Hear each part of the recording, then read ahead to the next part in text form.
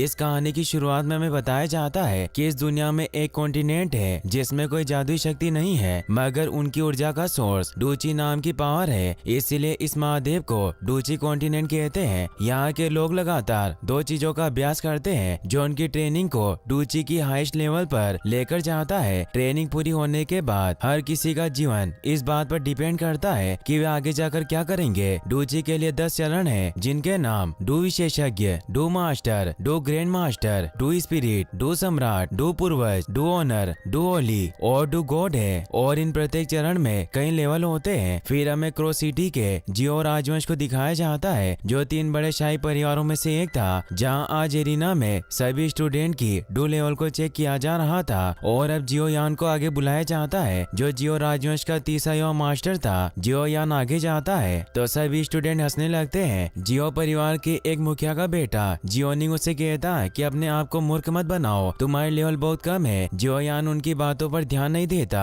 और ऊपर स्टेज पर आ जाता है जहाँ डू स्तंभ पर अपनी लेवल को चेक करने के लिए हाथ रखता है, मगर उसका डू स्तर केवल 30 लेवल पर होता है जो बहुत कम था। इसीलिए सभी उसका मजाक उड़ाते हैं क्योंकि बचपन में उसे जीनियस कहा जाता है। उसकी पावर बचपन में ही 30 लेवल पर पहुंच गई थी और 11 साल की उम्र में उसने 10वें डूची स्तर को पार कर लिया था, मगर 3 साल पहले से उसकी पावर कम होने लग गई थी। इसीलिए स्टूडेंट बातें करते हैं कि वास्तव में अपने परिवार के लिए निकम्मा लड़का है। जियोनिंग कहता है कि अगर तुम कबीले के मुखिया के बेटे नहीं होते तो तुम्हें बहुत समय पहले ही अपने परिवार से निकाल दिया जाता। फिर अब टेस्ट के लिए जियोमेई नाम की लड़की को बुलाया जाता है। जियोयान उसे पूछता है कि क्या तुम सच में मुझसे नफरत करती हो, मगर वो कोई जवाब नहीं देती। जियो शर्म की वजह से मुंह नीचे करके वहाँ से जाने लगता है। तभी वहाँ जियो जूनियर आ जाता है जो उसका हाथ पकड़कर कहती है कि तुम्हें परेशान नहीं होना चाहिए। जूनियर को टेस्ट के लिए बुलाया जाता है, इसीलिए जियोयान को कहती है कि तुम मेरा इंतजार करना। ये कहकर वो अपना लेवल चेक करने चली जाती है। वो जब अपनी लेवल चेक करती है तो उसका लेवल 9 होता है जो बहुत ज्यादा था। इससे सभी हैरान रह जाते हैं और सब उसे देखने जाते हैं, मगर जियोयान वही खड़ा रहता है और मन ही मन में कहता है कि जूनियर मैं तुम्हारे लिए काफी खुश हूँ, मगर मैं तुम्हारे लिए अच्छा नहीं हूँ। तभी बारिश होने लगती है और हमें जियो फैमिली के मीटिंग हॉल को दिखाया जाता है जहाँ जियाली बी नाम का आदमी जियो परिवार के प्रमुख जान जियो को धमका रहा होता है क्योंकि उनके बाजार को हड़पना चाहता था। जान जियो जियालीबी को कहते हैं कि तुम हम पर दबाव नहीं डाल सकते, तो जियालीबी हंसने लगता है और कहता है कि मेरे पास बहुत पैसे हैं, इसीलिए मैं और एओ बाबा मिलकर तुम्हारे बाजार और वुटेन सिटी के 2 परिवारों का प्रतिनिधित्व कर सकते हैं। और बाजार हमेशा अपने हाईएस्ट बोली लगाने वाले का होता है और हमारा ऑफर तुम्हारे ऑफर से 3 गुना ज्यादा है, इसीलिए तुम हमसे मुकाबला नहीं कर सकते। और अगले साल जियो परिवार को क्रो सिटी छोड़नी होगी। इससे जान जियो के पहले और दूसरे एल्डर काफी गुस्सा होते हैं जो 2 परिवारों के मुखिया थे और उस पर हमला करने के लिए तैयार हो जाते हैं, मगर जान जियो उन्हें रोक लेता है और जियालीबी को एक कार्ड दिखाकर बताता है कि मेरे बेटे जियोयान की शादी का प्रपोजल है। तो इससे जियालीबी हैरान रह जाता है। जियोली का साथी एओबा कहता है कि जियोयान तो वही है जिसने 11 साल की उम्र में 10वें डूची स्तर को पार कर लिया। जियालीबी जब वो वेडिंग कार्ड पढ़ता है तो उसे पता चलता है कि जियोयान की शादी नालन येन रेन के साथ होने वाली है, तो इससे वो शॉक्ड रह जाता है। एओबा कहता है कि शादी का प्रस्ताव कब जारी हुआ, हमें इसके बारे में पता क्यों नहीं चला। जान बताते हैं कि बस एक छोटी सी बात थी, इसीलिए इसे पब्लिक करना जरूरी नहीं था। एओबा जियालीबी को बताता है कि यूनलेन सेक्ट पावरफुल लोगों से भरा हुआ है, भले वो शहर से बाहर हो, पर वो अपनी रिश्तेदारी की वजह से जियो परिवार की मदद जरूर करेंगे। और नालन जो लड़की है वो यानरेन डिपार्टमेंट के हेड यूनलेन की फेवरेट स्टूडेंट है, जिससे हमें प्रॉब्लम हो सकती है। तो जान कहते हैं कि अब तुम हमारे सभी बाजारों पर कब्जा नहीं कर पाओगे और वो हंसने लगते हैं। जियाली भी उसे वापस वो कार्ड देते हैं और कहते हैं कि हम यहाँ से जा रहे हैं, मगर तभी वहाँ मिस नालन अपने साथियों के साथ आ जाती है और ने कहती है कि मैं यहाँ आपको बधाई देने आई हूँ और उन्हें झुककर प्रणाम करती है। तो नालन से कहते हैं कि तुम्हें इतना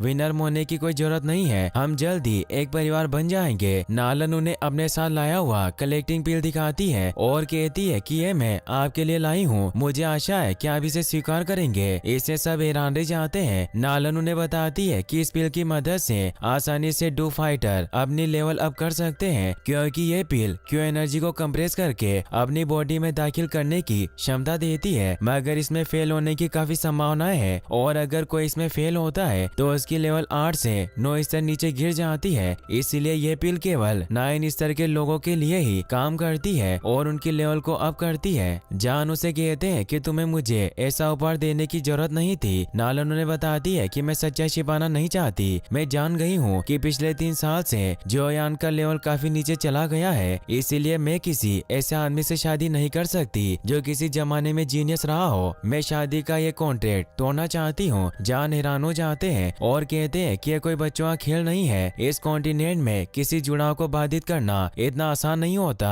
नालन कहती है कि बेशक मैं ये जानती हूँ, इसीलिए मैं इस कॉन्ट्रैक्ट को तोड़ने के लिए ये कलेक्टिंग पिल आपको दे रही हूँ। जान जियो कहते हैं कि मुझे लगता है कि तुम्हारे डिपार्टमेंट के हेड यूलेन इससे सहमत नहीं होंगे। नालन कहती है कि मैंने सेक्शन लीडर यूलेन से अनुमति प्राप्त कर ली है। क्यों नहीं चाहते कि मैं किसी ऐसे व्यक्ति से शादी करूं जिसकी लेवल मुझसे काफी कम हो, और अभी आपका बेटा एक हारे हुए लड़के के अलावा और कुछ नहीं है। इसलिए अब आपके पास इस कॉन्ट्रैक्ट को तोड़ने के अलावा और कोई तरीका नहीं है। तभी नालन के साथियों में से एक आगे आता है और वो 7 स्टार डो ग्रैंड मास्टर जी में बदल जाता है, जो यूलेन सेट का ग्रैंड मास्टर था। यह देखकर जान नालन से कहते हैं कि तुम क्या चाहती हो कि क्या मैं तुम्हारे सामने घुटने टेक दूं? नालन कहती है कि भले ही आप अपनी तलवार निकाल कर हमसे मुकाबला करें, मगर मेरा फैसला नहीं बदलेगा। मैं सगाई तोड़ना चाहती हूँ। तभी जियोयान जूनियर के साथ वहाँ जाता है, क्योंकि उन्हें पता चल गया था कि नालन वहाँ आ गई है और जूनियर ने जियोयान को इस बारे में बताया था।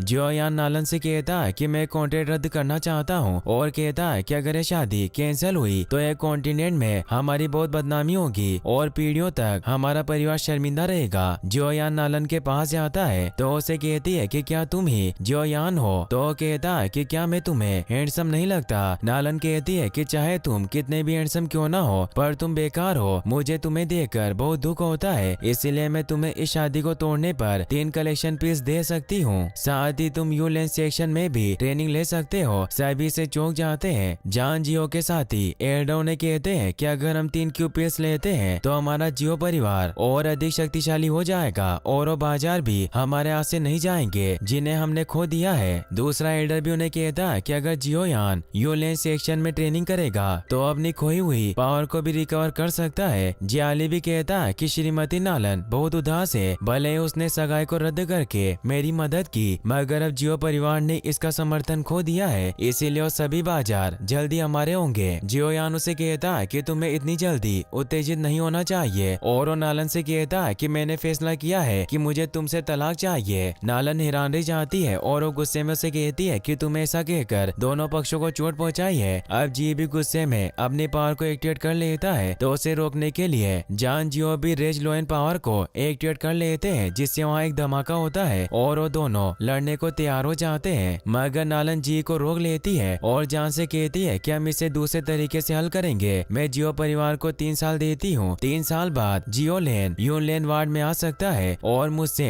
लड़ सकता है, और अगर ये हार गया तो हमारी शादी नहीं होगी और ये सगाई टूट जाएगी, और अगर तुम जीत गए तो तुम मेरे साथ जो चाहे वो कर सकते हो। फर्स्ट एल्डर कहता है कि उचित नहीं है। कोई मूर्ख भी जानता है कि जियोयान की शक्ति के साथ ऐसा कोई तरीका नहीं है कि वो तुम्हें 3 साल के अभ्यास के बाद हरा सके। सेकंड एल्डर जान से कहता है कि हमारे जियो परिवार के लिए बस एक देरी होगी। 3 साल बाद जियो ली भी वापस हमारे बाजार को हड़पना चाहेगा। नालन उन्हें कहती है कि मेरा सबसे अच्छा ऑफर है जो मैं आपको दे सकती हूँ, और वो जियोयान से पूछती है कि तुम क्या चाहते हो। जियोयान भी उसकी इस शर्त को स्वीकार कर लेता है। तभी वहाँ जूनियर भी आ जाती है, जिसे देखकर जी को अजीब लगता है। नालन कहती है कि अब हमारी बाद में मुलाकात होगी। जियोली भी वहाँ से चला जाता है क्योंकि वो इस 3 ईयर एग्रीमेंट की वजह से कुछ नहीं कर सकता था। नालन भी वहाँ से चली जाती है और वो जाते जाते जियोयान को कहती है कि मुकाबले के लिए मैं तुम्हारा इंतजार करूंगी। जियोयान कहता है कि तुम मुझे धमकाने की हिम्मत कर रही हो क्योंकि मैं कमजोर हूँ। सभी लोग वहाँ से चले जाते हैं। जियोयान काफी परेशान होता है और हॉल से बाहर आता है। जान जियो के साथी एल्डो ने कहते हैं कि जियोयान आगे आने वाली समस्याओं को नहीं जानता। 3 ईयर एग्रीमेंट करके उसने सिर्फ अपनी मौत में देरी की है। जियोयान वहाँ से जाने लगता है। जूनियर उसे रुकने को कहती है, मगर वो नहीं रुकता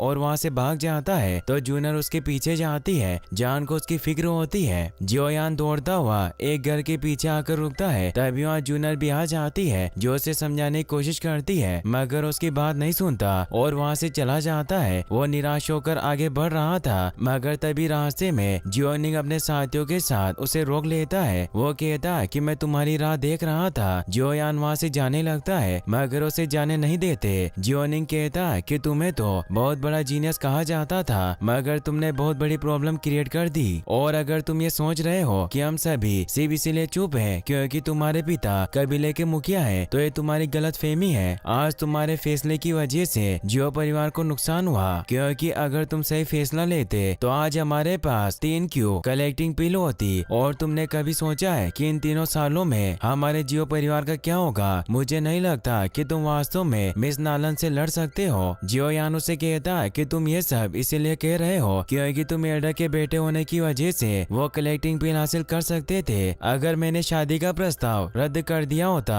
जियोनिंग इससे परेशान हो जाता है और उसे कहता है कि तुम दिखाना चाहते हो कि तुम नालन येनरेन के साथ लड़ सकते हो, तो तुम्हें अभी कोशिश करनी चाहिए। मैं देखना चाहता हूँ कि क्या तुम मुझे हरा सकते हो। जियोयान गुस्से में उस पर हमला करता है, मगर उसे कुछ नहीं होता और अपने हमले से उसे दूर कर देता है, जिससे सभी उसका मजाक उड़ाते हैं। जियोनिंग कहता है कि तुम्हारे पास बस इतनी पावर है। तभी वहाँ जूनर भी आने लगती है। जियोयान अपनी पावर को वापस से एक्टिवेट करके जियोनिंग पर हमला करने जाता है, मगर वो भी अपनी पावर को एक्टिवेट करके जियोयान को दूर फेंक देता है, मगर जूनर उसे पकड़ लेती है। जियोयान उसे कहता है कि तुम्हें मेरे पीछे नहीं आना चाहिए था, क्योंकि एक लड़की को पुरुषों के काम में इंटरफेयर नहीं करना चाहिए, और उसे चुप करवा देता है। जियोनिंग कहता है कि वास्तव में ट्राइब के मुखिया का बेटा महान है, जो अपनी रक्षा के लिए लड़कियों की हेल्प लेता है। सभी हंसने लगते हैं। जियोयान को इससे और ज्यादा गुस्सा आ जाता है और अपनी फायर पावर को एक्टिवेट करके उस पर हमला करने जाता है, मगर निंग उसे मुक्का मारकर दूर गिरा देता है, जिससे जियोयान के मुंह से खून निकल आता है और वो उठ भी नहीं पा रहा था। जूनर उसे संभालती है। निंग उसे कहता है कि तुम जीनियस होने के बाद भी इस तरह नीचे गिरे हुए हो। जूनर को उन पर गुस्सा आता है, इसीलिए वो उन्हें अपनी आंखें निकालती है, जिससे निंग डर जाता है क्योंकि जूनर की पावर काफी ज्यादा थी। इसीलिए वो अपने सभी साथियों से कहता है कि हम सभी को संभल कर चलना चाहिए। इतनी भीड़ वाली जगह में किसी को भी चोट लग सकती है। सभी हंसने लगते हैं, मगर वो सभी को हंसने से मना करता है और वहाँ से चले जाते हैं। जूनर जियोयान से पूछती है कि क्या तुम ठीक हो? जियोयान अपने मुंह का खून पोंछते हुए कहता है कि मैं ठीक हूँ, तुम मुझे अकेला छोड़ दो, और वहाँ से चला जाता है। जूनर को उसकी काफी फिक्र होती है, मगर उसके पीछे नहीं जा सकती थी। जियोयान रोता हुआ जंगल में चला जाता है। उसे अपनी पुरानी बातें याद आती है कि लेवल कम होने की वजह से सबने उसका मजाक उड़ाया और उसके पिता को नालन के सामने शर्मिंदा होना पड़ा। जियोयान दौड़ता हुआ एक जगह पर पहुंचता है जहां उसकी माँ की कब्र बनी हुई थी। वो वहां बैठकर रोने लगता है। यहाँ हम जान जियो को भी देख पाते हैं, जो भी वहीं मौजूद थे, जो मन ही मन में कहते हैं कि बेटे तुमने आज बहुत बहादुरी से काम लिया।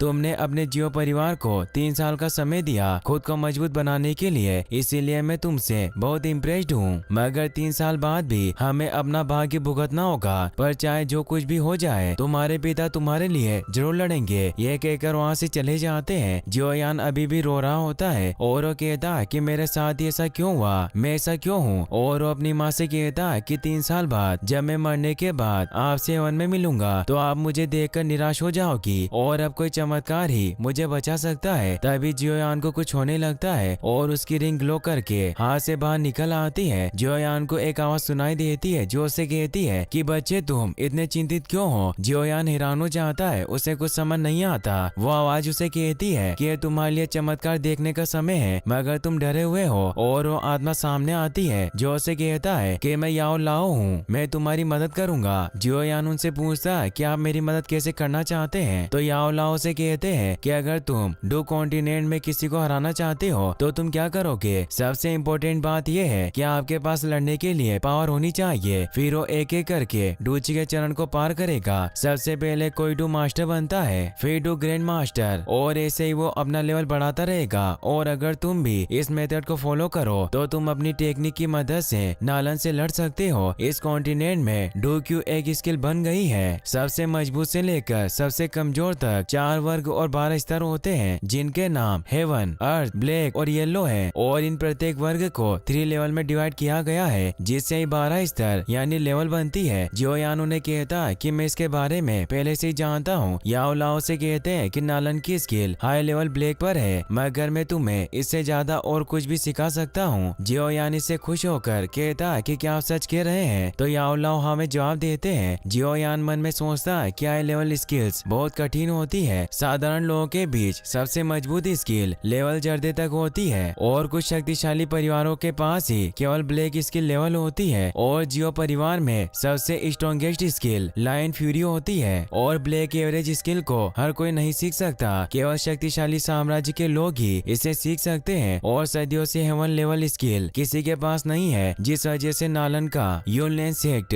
बहुत पावरफुल है। इसीलिए वो सोचता है कि क्या याओ लाओ उनसे भी ज्यादा पावरफुल होगा और उन्हें कहता है कि भले ही आपके पास बेहतरीन हुनर हो, मगर जब तक हम सही पिल्स का इस्तेमाल नहीं करते ये बेकार है। यूनलैंड सेक्शन आसानी से क्यू कलेक्टिंग पिल को हासिल कर सकता है और ये पिल केवल लेवल 5 एल्केमिस्ट के द्वारा बनाई जाती है। एल्केमिस्ट उन लोगों को कहा जाता है जो कम साधारण चीजों से मूल्यवान चीजें बना सकते हैं। जो यान कहता है कि तुम जैसा बूढ़ा आदमी उन पिल को कैसे बना सकता है? तो याओ लाओ से कहता है कि मैं खुद एक हाई लेवल एल्केमिस्ट हूँ और लेवल 5 मेरे लिए कुछ नहीं है। तुम मुझे अब से याओ लाओ बुला सकते हो और ये एल्केमिस्ट लेवल मेरे लिए कोई मायने नहीं रखती। यदि तुम मेरे स्टूडेंट बनना चाहते हो तो तुम जितनी चाहे उतनी पिल्स ले सकते हो। जियो यान उन्हें कहता है कि मैं आपसे काफी इम्प्रेस्ड हुआ हूँ, मगर ये पहली बार है जब किसी ने इतनी सफाई से डींगे मारी हो। याओ लाओ कहता है कि क्या तुम मुझ पर विश्वास नहीं करते? जियो यान उन्हें कहता है कि ऐसा नहीं है, मैं आप पर विश्वास नहीं करता और आप जो कह रहे हो वो सच हो, मगर आपके पास इतना टैलेंट होने के बावजूद आप मेरी मदद क्यों करना चाहते हैं? इसीलिए मुझे आपकी बातें झूठी लगती है। याओ लाओ कहता है कि ऐसा इसलिए है क्योंकि पिछले 3 सालों से तुमने मुझे बहुत सी स्किल दी है। तो जियो यान इससे हैरान रह जाता है और उसे समझ आता है कि याओ लाओ उसकी अंगूठी में था, इसीलिए वो 3 साल से इतनी मेहनत करने के बाद भी उसका डू लेवल बढ़ाने की बजाय बहुत घटा। याओ लाओ जियो यान से कहते हैं कि तुम वास्तव में बहुत होशियार हो, मगर मेरे पास 3 साल तक डूची को अवशोषित करने के अलावा और कोई विकल्प नहीं था क्योंकि मेरी सोल बहुत कमजोर थी। जियो यान को इससे गुस्सा आता है और उन्हें कहता है कि तुमने मेरी जिंदगी बर्बाद कर दी। याओ लाओ से कहता है कि तुम इतने गुस्से में क्यों हो? तो जियो यान शांत हो जाता है और कहता है कि मैं भूल गया था कि मैं किसी को हरा नहीं सकता। वो कहते हैं कि तुम्हें उम्मीद नहीं छोड़नी चाहिए, 1 साल में शायद मैं तुम्हें मजबूत बनाने में मदद कर सकता हूँ। जियो यान उन्हें कहता है कि मैं आपसे ज्यादा कुछ नहीं पूछना चाहता, बस आप मुझे ये बताएं कि क्या आप 1 साल में मुझे लेवल 7 तक पहुँचने में मदद कर सकते हैं? मैं उसके बदले में तुम्हें मेरी डूची को अवशोषित करने के लिए माफ कर दूंगा। याओ लाओ कहता है कि तुम्हारी योजना बहुत अच्छी है और अब से मैं तुम्हारा मास्टर हूँ, इसीलिए तुम मुझे मास्टर बुलाना। तो जियो यान कहता है कि मैं तुम्हें मास्टर तभी बुलाऊंगा जब तुम मुझे अच्छी तरह से सिखाओगे, क्योंकि तुम ही मुझे स्टूडेंट बनने के लिए भीख मांग रहे हो। और उन्हें बूढ़ा आदमी कहकर बुलाता है। इससे याओ लाओ को गुस्सा आता है और अपनी पावर से वहाँ बेम्बू को जियो यान की तरफ मोड़ देता है, लेकिन उसे चोट नहीं पहुँचाता और हंसता है क्योंकि उसी उसे डरा रहे थे। वो उसे कहते हैं कि मैं तुम्हारी ट्रेनिंग जल्दी स्टार्ट करूंगा, मगर तुम्हें पहले इस पेपर के साथ रॉ मटेरियल्स को हासिल करना होगा। जियो यान जब उस पेपर को पढ़ता है तो उसमें लिखा था कि उसे 3 आर्किड लीव्स, 2 वाशेड मुड बोनस और फर्स्ट लेवल का इविल कोर वुड एलिमेंट लाना है। इससे वो हैरान रह जाता है क्योंकि ये बेहद कीमती रॉ मटेरियल्स थे। अब वो रिंग वापस से जियो यान के हाथ में आ जाती है। जियो यान अपने आप से कहता है कि इस रॉ मटेरियल्स को खरीदने में हजारों सिक्के खर्च हो जाएंगे, मगर फिर वो सोचता है कि पैसे के लिए मैं मर नहीं सकता, इसीलिए मैं इन सभी रॉ मटेरियल्स को हासिल करूंगा। वहीं हम जिया लिबी को उसके महल में देखते हैं जो अपने बेटे से कह रहा था कि जियो यान ने हमारा प्लान बर्बाद कर दिया। उस 3 ईयर एग्रीमेंट की वजह से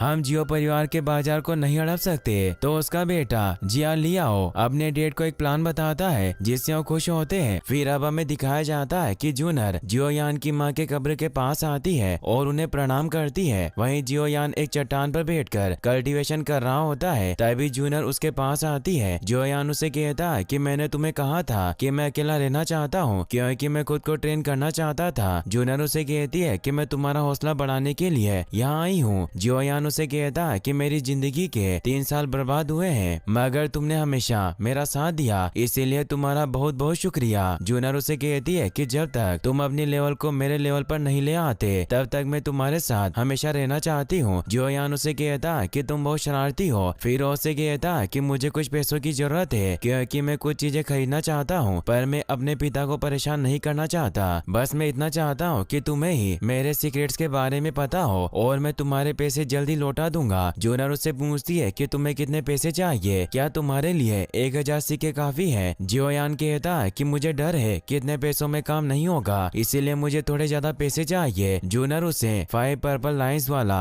गोल्डन कार्ड देती है तो जियोयान कहता है कि बहुत ज्यादा है। जूनर उसे कहती है कि तुम्हें मेरे लिए इतना विनर होने की जरूरत नहीं है, क्योंकि मेरी तुमसे एक रिक्वेस्ट है कि तुम जो भी चीजें खरीदने जा रहे हो वहाँ तुम्हें मुझे भी लेकर चलना होगा। फिर वो दोनों एक बाजार में आ जाते हैं जहाँ जियोयान की लिस्ट के मुताबिक चीजें खरीदने आए थे। वो दोनों एक फार्मेसी में पहुँचते हैं जहाँ बाहर से ही असिस्टेंट उनका स्वागत करता है। वो उनसे पूछता है कि मैं आपकी कैसे मदद कर सकता हूँ। जूनर उसे बैंगनी कार्ड दिखाती हुई बताती है कि मैं जियो परिवार से हूँ और मैं लगातार यहाँ आती रहती हूँ। उस कार्ड को देखकर वो असिस्टेंट खुश होता है और ने अंदर आने को कहता है। तभी हम देखते हैं कि दो सैनिक जियोयान और जूनर पर नजर रख रहे थे। असिस्टेंट उन दोनों को बताता है कि हमारी फैक्ट्री में आकर रॉ मटेरियल्स प्राप्त करना बहुत अच्छा है, क्योंकि ऑक्शन हाउस से हमारे रिलेशनशिप बहुत अच्छे हैं, जिस वजह से आपको जो भी चीजें चाहिए वो यहाँ जरूर मिलेगी। यहाँ तक कि हमारे पास अंडरवर्ल्ड ब्लड क्रिस्टल भी मौजूद है। जियोयान जूनर से पूछता है कि अंडरग्राउंड ब्लड क्रिस्टल क्या है। जूनर उसे बताती है कि पूरे क्यू कॉन्टिनेंट में इसे एक रेयर मटेरियल माना जाता है। असिस्टेंट कहता है कि मैं तुम्हें इसके बारे में बाद में बताऊंगा, पर तुम अभी यहाँ क्या खरीदना आए हो। जियोयान उसे कहता है कि हमें 20 साल पुराने पर्पल आखिरी लीव्स के 3 टुकड़े और 5 साल पुराने बोन वाश फ्लावर के 2 टुकड़े चाहिए। जूनर कहती है कि आप इन दोनों चीजों को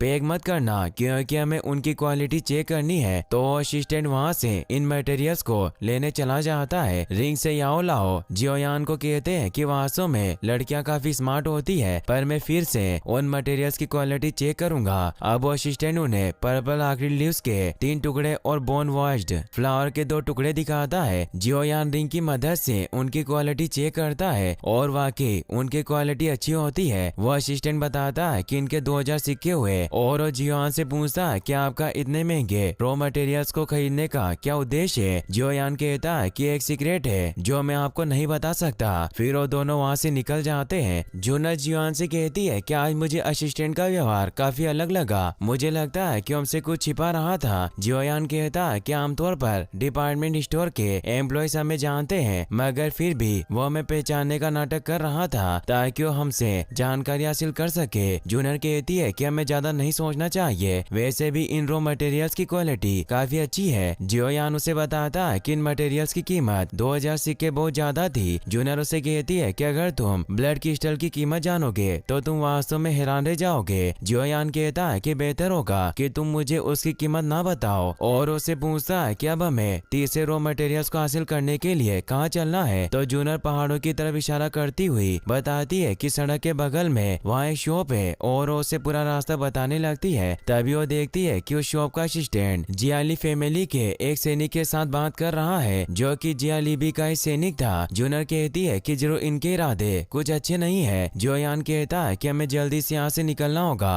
और वो दौड़ते हुए वहाँ से गेट की तरफ जाने लगते हैं, मगर तभी जियाली के 2 सैनिक आकर उन्हें रोक लेते हैं और कहते हैं कि तुम तो जियो परिवार के वही तीसरे यंग मास्टर हो जिसने अपनी एंगेजमेंट रद्द कर दी। जियोयान कहता है कि मैंने सगाई नहीं तोड़ी बल्कि उसे तलाक दिया है। एक सैनिक अपने साथी से कहता है कि लड़का ज्यादा मजबूत नहीं है। रिंग से याओ लाओ जियोयान को कहता है कि तुम्हें अभी लड़ना नहीं चाहिए बल्कि इन रॉ मटेरियल्स को बचाना चाहिए। तो जियोयान जूनर को लेकर वहाँ से भागने लगता है। वो सैनिक उनका पीछा करते हैं, मगर जियोयान और जूनर तेजी से आगे निकल जाते हैं, जिससे उन्हें चकमा देने में कामयाब हो जाते हैं। जियोयान काफी थक जाता है और वो जूनर से कहता है कि मुझे उम्मीद नहीं थी कि वो बुढ़ा जियाली भी हम पर हमला करने के लिए इतना उतावला होगा। जूनर कहती है कि हम जिस स्टोर में सामान खरीदने जाते थे वहाँ के लोग उनसे मिले हुए होंगे, इसीलिए हमें दूसरे स्टोर को खोजना होगा। जियोयान कहता है कि हमें ऐसी दुकान खोजनी चाहिए जिसे जियो फैमिली के द्वारा कंट्रोल किया जाता हो। फिर वो दोनों वहाँ से निकल जाते हैं। वहीं जियाली का बेटा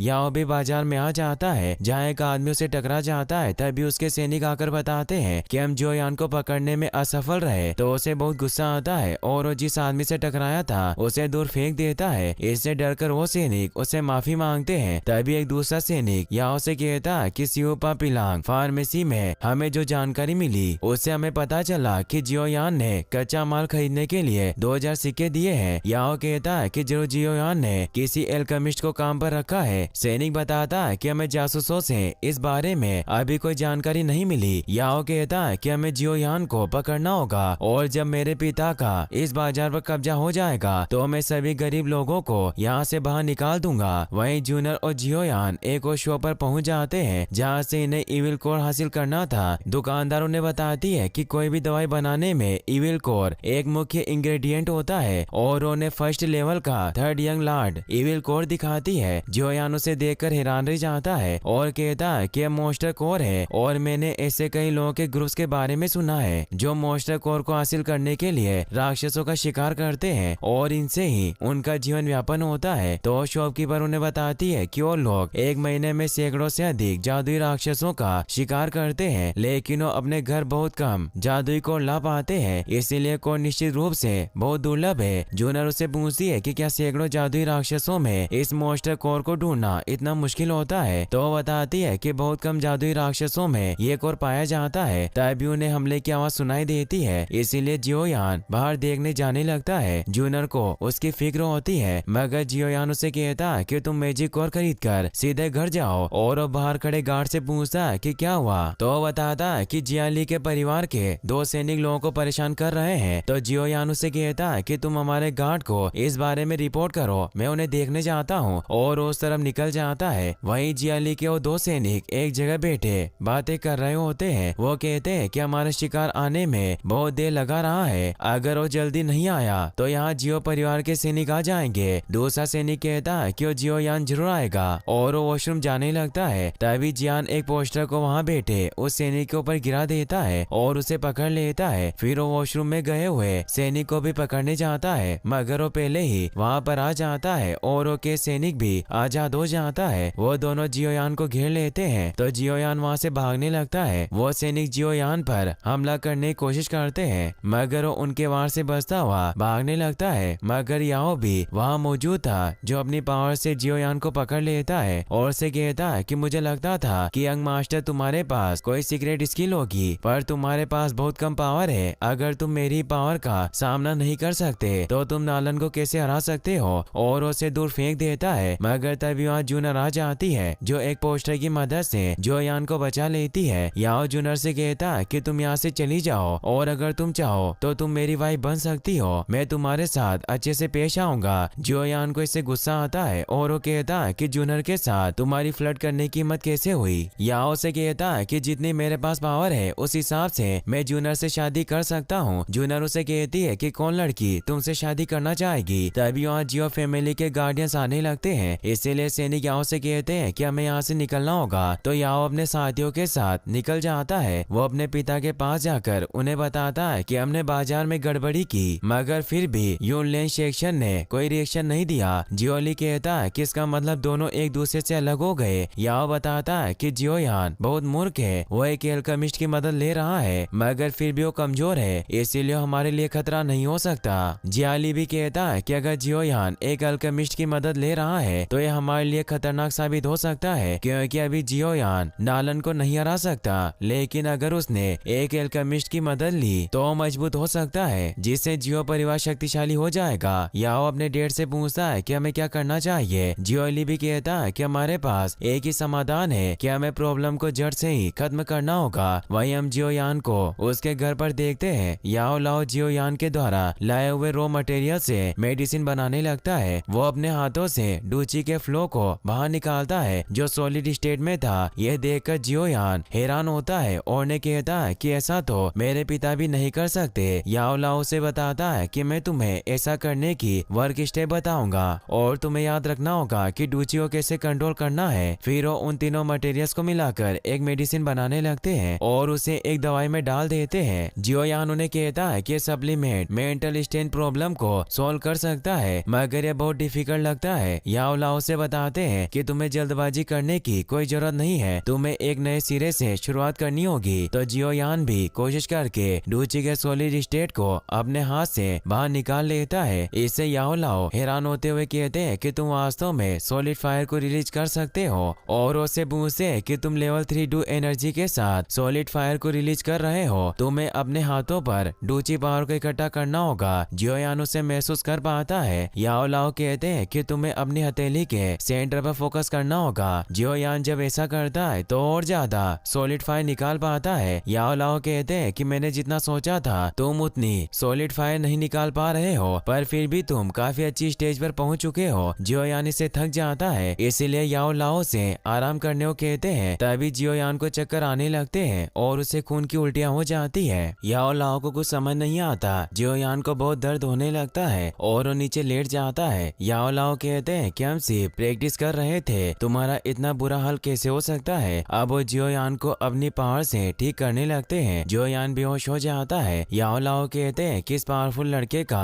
भाग्य बहुत बेकार है और अब वो जियो लाओ के अंदर अपनी पावर डालने लगते हैं और कहते हैं कि अब मेरा फ्यूचर तुम पर डिपेंड करता है, इसीलिए मैं तुम्हें ठीक करने का अवसर ले रहा हूँ, जिससे मैं तुम्हारी डूची का लेवल चौथे स्तर तक बढ़ा दूंगा। और अपनी पावर से उसका लेवल बढ़ाने लगते हैं, जिससे वहाँ एक तेज रोशनी निकलती है। फिर हमें अगले दिन ऑक्शन हाउस को दिखाया जाता है, जहाँ सभी लोग इकट्ठा होते हैं क्योंकि अगले सप्ताह वहाँ नीलामी होने वाली थी, इसीलिए लोग वहाँ टिकट लेने आए थे और वो सभी लोग अपनी अपनी सीटें बुक करवाने लगते हैं। वहाँ जान जियो का साथी एल्डर भी स्पेशल पोजीशन के लिए टिकट लेने आता है। वहाँ उसे पता चलता है कि स्पेशल पोजीशन को जिया ली भी और एओबा परिवार ने भी बुक किया है। वो ये बात बाहर जाकर जान जियो को बताता है, इससे उन्हें गुस्सा आता है। वहीं हम ऊपर रूम में एक लेडी को देखते हैं जो इस ऑक्शन हाउस की मैनेजर थी। उसका नाम याफे होता है, जिसे एक आदमी आकर बताता है कि इस बार ऑक्शन में तीनों बड़े परिवार आने वाले हैं। याफे उसे वहाँ से जाने को कहती है और वो सोचती है कि उन बड़े परिवारों के बीच कंपटीशन बहुत इंटेंस होने वाला है और अगर हम न्यूट्रल रहे तो हम अच्छा मुनाफा कमा सकते हैं। वही हम जियोयान को देखते हैं जो मोमोज खा रहा होता है। याओ लाओ से कहता है कि मेरे शिष्य आराम से खाओ वरना तुम्हारा दम घुट जाएगा। जियोयान कहता है कि मैं कुछ दिनों तक बेहोश रहा और मैं सॉलिड फायर पर काबू नहीं कर पाया, इसीलिए मुझे अपने फेलियर के लिए खाना खाना चाहिए। याओ लाओ कहते हैं कि बेशरम लड़के, जब तुम ट्रेनिंग ले रहे थे तब तुम लगभग मौत की कगार पर थे और तुम्हारा बहुत खून बहा, पर मैंने तुम्हारी जिंदगी बचाई और मैंने तुम्हें लेवल 4 पर पहुंचने में मदद की। जियोयान इससे खुश होता है कि मैं लेवल 4 पर पहुंच गया हूं और याओ लाओ को कहता है कि आप बहुत अच्छे हैं। याओ लाओ कहते हैं कि कुछ भी नहीं है और उसे अपनी पावर से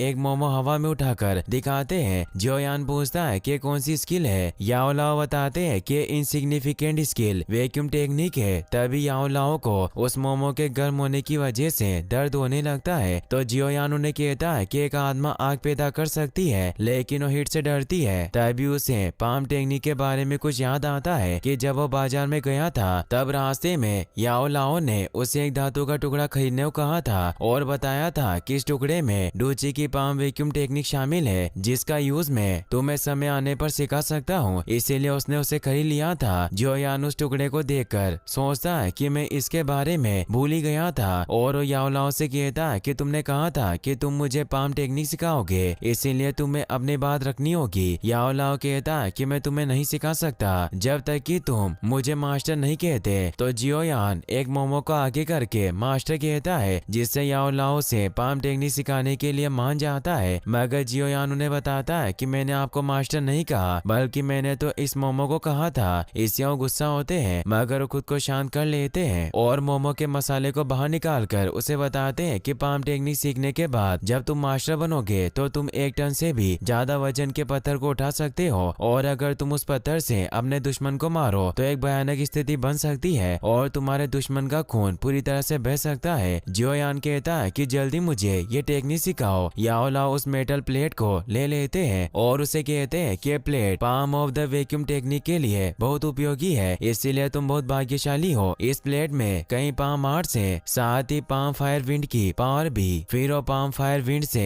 एक पॉट को खत्म कर देते हैं। इससे जियोयान खुश होता है और ने कहता है कि मास्टर मुझे ये सब कुछ सिखाओ। याओ लाओ कहते हैं कि तुम्हें इतनी जल्दबाजी नहीं करनी चाहिए, जब तुम इन दोनों पाम टेक्निक के मास्टर बन जाओगे तो मैं तुम्हें एडवांस पाम लेवल टेक्निक सिखाऊंगा। जियोयान खुश होता हुआ पूछता है कि उस टेक्निक का क्या नाम है। याओ लाओ कहते हैं कि अभी के लिए एक रहस्य है। फिर हम देखते हैं कि जियोयान वैक्यूम पाम टेक्निक को सीखने की कोशिश करने लग जाता है मगर वो पावर अभी काम नहीं करती। जियोयान जियो फैमिली के प्रैक्टिस एरिया में पहुंचता है जहां जूनर जियो निंग के साथ फाइट कर रही होती है। जियोयान भी उनका मैच देख रहा होता है। जूनर उसे यहाँ देखकर खुश होती है और जियो निंग पर हमला करके उसे दूर गिरा देती है। जियोयान जूनर के पास आता है और से कहता है कि हमें मिले हुए कई दिन हो गए। जूनर को एहसास होता है कि वो लेवल 4 पर पहुंच गया है, इसीलिए उससे कहती है कि तुम स्तर 5 पर पहुंच गए, तुमने अकेले छिप छिप कर अभ्यास किया और जब तुम मेरे साथ नहीं थे मुझे काफी बोरिंग फील हुआ, इसीलिए मैं यहाँ खेलने आ गई। निंग जियोयान से कहता है कि तुम यहाँ क्या कर रहे हो। जूनर उसे कहती है कि ये यहाँ क्यों नहीं आ सकता। जियोयान अभी भी परिवार का हिस्सा है। जियोयान जूनर के कंधे पर हाथ रखता है जिससे निंग गुस्सा होकर वहाँ से चला जाता है। जूनर यान से कहती है कि भले ही तुम लेवल 4 पर पहुंच चुके हो पर तुम निंग जैसे लड़के से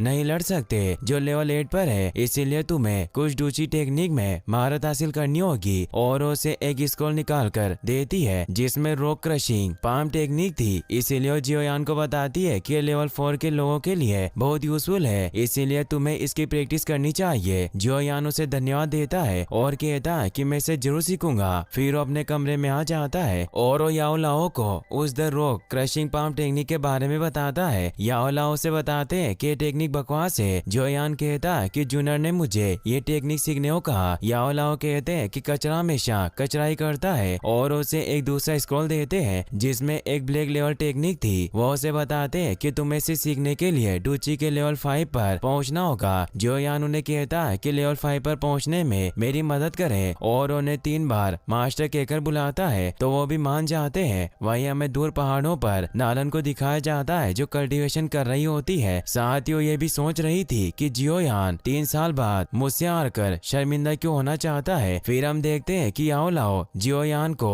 ट्रेनिंग देने लग जाते हैं। वो उसे ऑक्टेन श्रेडर टेक्निक के बारे में बताते हैं कि हाई लेवल की टेक्निक है जो डूची का अभ्यास करने वाले की क्लोज कॉम्बैट के वक्त अच्छी होती है और ये टेक्निक ग्रेट पावर के लिए जानी जाती है और उस पर फायर से हमला करते हुए बताते हैं कि जब तुम इसमें महारत हासिल कर लोगे तब तुम्हें अटैक करने की पावर की 8 लेयर शामिल हो जाएगी। जियोयान को समझ नहीं आता कि वो मुझे ट्रेन करने के लिए इस तरह मार क्यों रहे हैं। याओ लाओ से बताते हैं कि इसकी मदद से तुम्हारी शारीरिक शक्ति को तेजी से बढ़ाया जा सकता है और ऑक्टेन क्रशिंग टेक्निक को सीखने के लिए तुम्हें मजबूत बॉडी की आवश्यकता होगी और हमें बहुत सारे रॉ मेडिसिन की भी जरूरत पड़ेगी, इसीलिए तुम्हें अगली बार और ज्यादा शॉपिंग करनी होगी। जियोयान उन्हें बताता है कि अब तक मैंने जूनर के पैसे भी नहीं लौटाए और अब मैं और ज्यादा पैसे कहां से लाऊंगा। याओ लाओ से तेजी से मारने लगते हैं और कहते हैं कि मुझे इस बात की परवाह नहीं है, तुम्हें रॉ मटेरियल्स को प्राप्त करने का तरीका ढूंढना होगा। फिर हमें ऑक्शन हाउस को दिखाया जाता है जहाँ जियोयान भेष बदल कर पहुंच जाता है। उसने एक सोल से खुद को कवर कर लिया था ताकि कोई उसे पहचान न सके और वो अपने साथ उस सीरम को भी लेकर आया था जो याओ लाओ ने उसके लिए बनाया था। याओ लाओ से कहते हैं कि तुमने मुझे पहले क्यों नहीं बताया कि तुम इसे नीलाम करना चाहते हो। जियोयान कहता है कि हमारे पास और रॉ मटेरियल्स खरीदने के पैसे नहीं है और वैसे भी ये मेरे किसी काम का नहीं है, इसीलिए इसे रखना बेकार होगा और मुझे उम्मीद है कि स्पिरिचुअल एलिक्सियर हमारे लिए बहुत धन लाएगा। याओ लाओ कहते हैं कि तुम बहुत होशियार हो। जियोयान ऑक्शन हाउस के अंदर जाता है जहाँ याफे से मिलता है और उसे वो स्पिरिचुअल एलिक्सियर दिखाता है। याफे उसकी जांच करती है जिससे उसे पता चलता है कि प्रोडक्ट बिना किसी साइड इफेक्ट के बहुत हल्का है, इसीलिए रैंक 2 का एलिक्सियर होगा और वो जियोयान से पूछती है कि क्या तुम सच में इसे नीलाम करना चाहते हो। जियोयान कहता है कि मैं चाहता हूँ कि आप इसे जल्द से जल्द नीलाम कर दे। तो उस एलिक्सियर को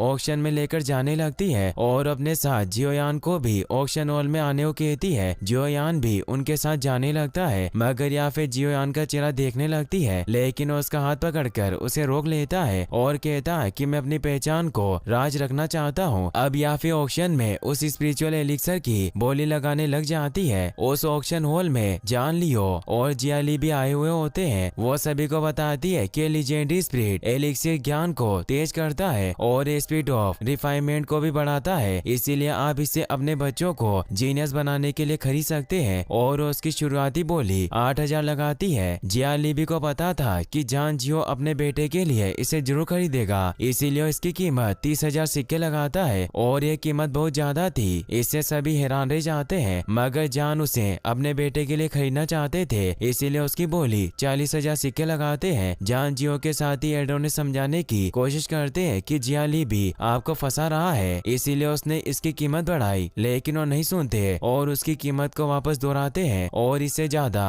उसकी बोली कोई नहीं लगाता, इसीलिए एलिक्सर अब जान जियो का हो जाता है और यहीं पर यह एपिसोड खत्म होता है।